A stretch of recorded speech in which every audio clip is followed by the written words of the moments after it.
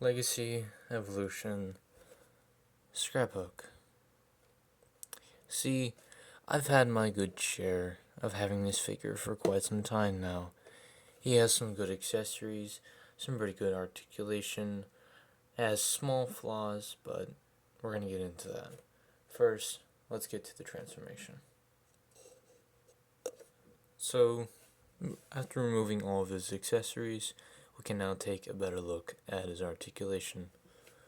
So first, he has a swiveling head, but unfortunately it is hollow on the back, so he cannot look up or down, unfortunately. His arms can do a 360, so they have a long range going back and forward. Oh.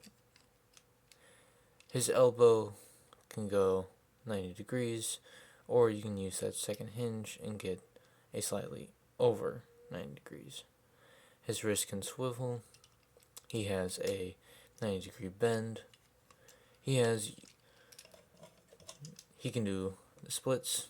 His legs can go that far up, and they can go roughly about that far back. He has up and down for the foot, and a pretty good ankle pivot. So, I kind of wish he had a ball joint at the head, because the swivel is not really the best kind of articulation you would want for a figure. But he's still pretty good for holding poses. Now, we're going to get into his accessories.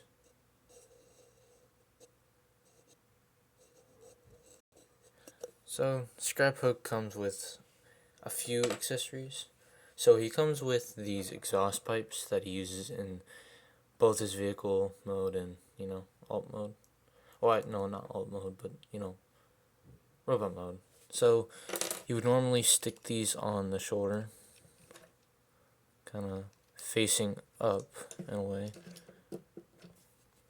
Then you would take the toe hitch, I guess, or I guess you would call it a hook. Put it into the port that's on the side of his arm, and kind of the same thing for this, kind of like a saw blade gun. Kind of reminds me of the gun from Rhinox's, kind of miniguns. Kind of resembles that. But yeah, you can remove these little plates at the front of his legs to give him little guns. I find that very cool, because they're just hidden there, plain sight in the legs, and you can just remove them. Kind of gives him a kind of a sheriff vibe. You don't know when he's gonna pull out his gun. So now we're gonna get into some size comparisons. So first we have Studio Series Bumblebee from Rise of the Beast, and we also have Legacy Knockout. So he's pretty tall. Now we're gonna get into his transformation. So first you kind of want to remove all the accessories, so we're going to do that first. So after removing all of its accessories, we can now get into a better experience of the transformation. So first you want to put the legs together. There's a small tab on his kind of knee. There's a tab there, and there's a little port where that plugs in. There are some ports on the feet, which those also plug in as well. Just want to make sure you line up all those ports so everything is all lined up. There's a little hook on the bottom of his feet. Want to make sure that's tabbed in. You want to collapse the feet down onto the calf of its leg. So basically the lower part of his leg. Now you want to rotate the waist. Open up these back panels on his back, untab the arms from the front. Yes, this does look kind of like a mess so far, but we're getting through there.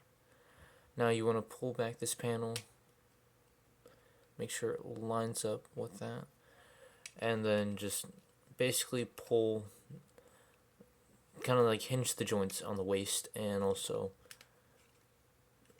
this joint that's connecting the chest piece to the kind of fault chest piece. So you kind of want to be gentle with this. Make sure you kind of flip the chest panel forward as well for this.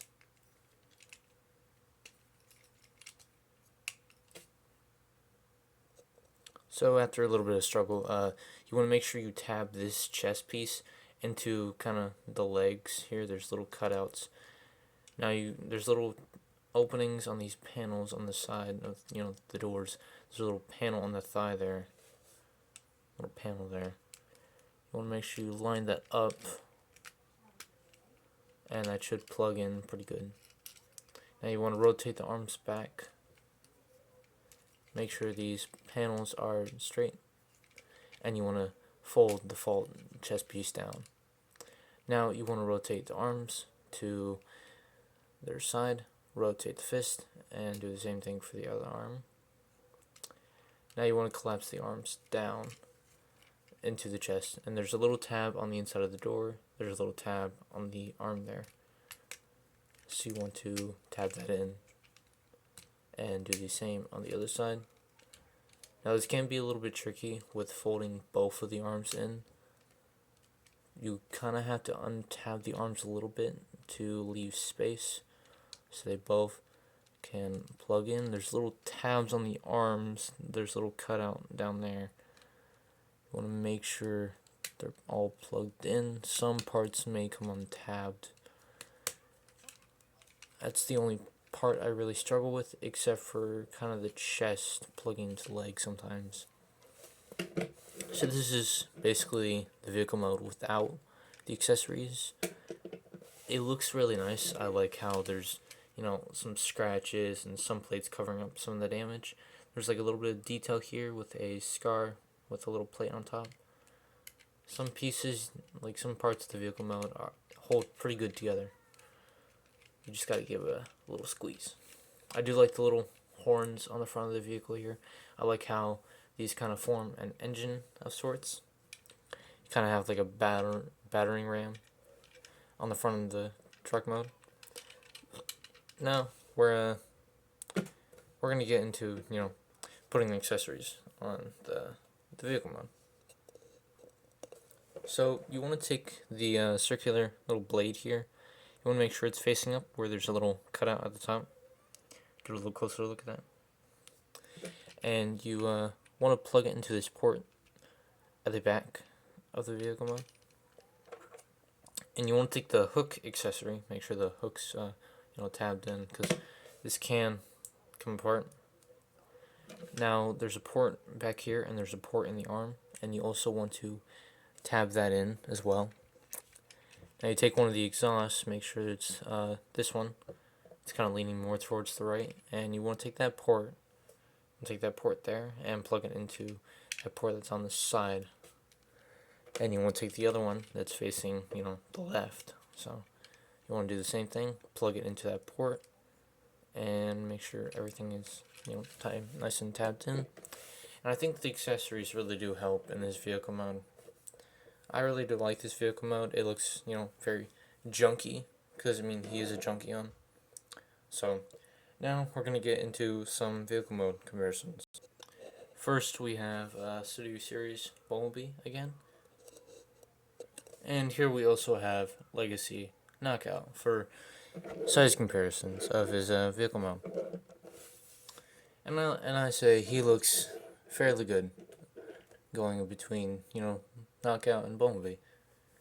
And here's also a extra size comparison, so I'm going to move Bumblebee to the side. And here we have Studio Series Battle Trap. As to, that kind of Rise of the Beast. It's kind of basically what Bumblebee's from, too. So yeah, here's Battle Trap next to ScrapHook and Knockout. And that's going to do for the size comparisons. So, basically, that was my review for Legacy Evolution and ScrapHook. He's a pretty good figure. He has small flaws, like as he has no ball joint in his head, so he can only look side to side. And these arms are really fragile, because sometimes when you bend them, they just pop right off. That's the only grudge I really have. But he's not a terrible figure, though. I do like posing him. And I do like posing him, so I'm actually glad I got this figure.